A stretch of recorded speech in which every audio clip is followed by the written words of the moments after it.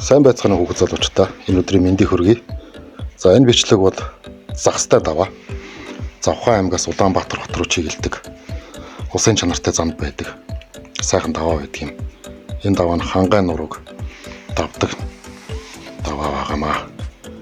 Далайн түвшнээс дээш 2000-аас 3000 м өндөртэй байдаг. Нэлээд өндөр шүү. Тэгээд энэ даваа нь болохоор яг Улаастай хот буюу Завхан аймгийн төвөөс гараад 50 орчим км хүрчихсэн нэлээд урт даваа.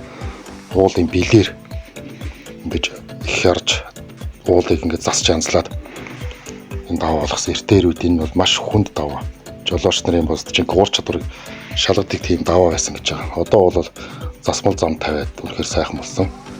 Өндөр нь бол одоо дунджаар бол 30 м-ийн өндөртэй. Тэгээ хамгийн өндөр хэсэгтээ бол 50 м-ийн 100 м-ийн өндөрт ингээд уулыг засаад янзлсан юм даваа байгаа. Доошогоо газар бол төв өтөр дуур харагдана. Хоёр талаараа гоё модтой ер нь байгалыг үзэсгэлэнтэй. Үнэхээр сайхан даваа байдیں۔ Одоо 100 болов өөр гоё харагдана.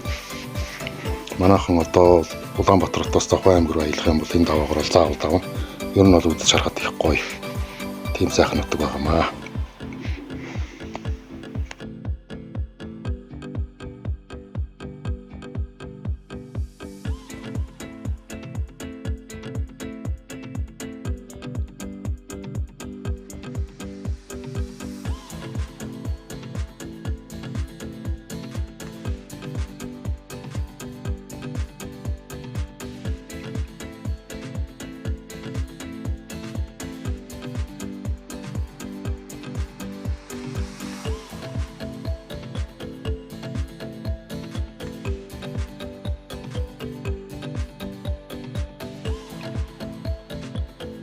Энэ даваа маань зуны улиралд нэг иймэрхүү харагддаг.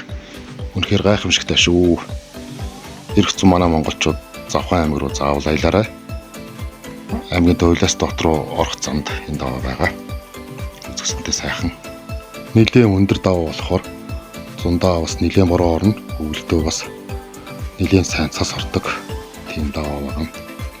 Манайхан аялахаар бол машин тэрэгнийхээ бүрэн бүтэн байдлыг хангаад за тэгээд хурдаа тохируулаад явах хэрэгтэй шүү. Нэлээд өндөр даваа шүү дээ.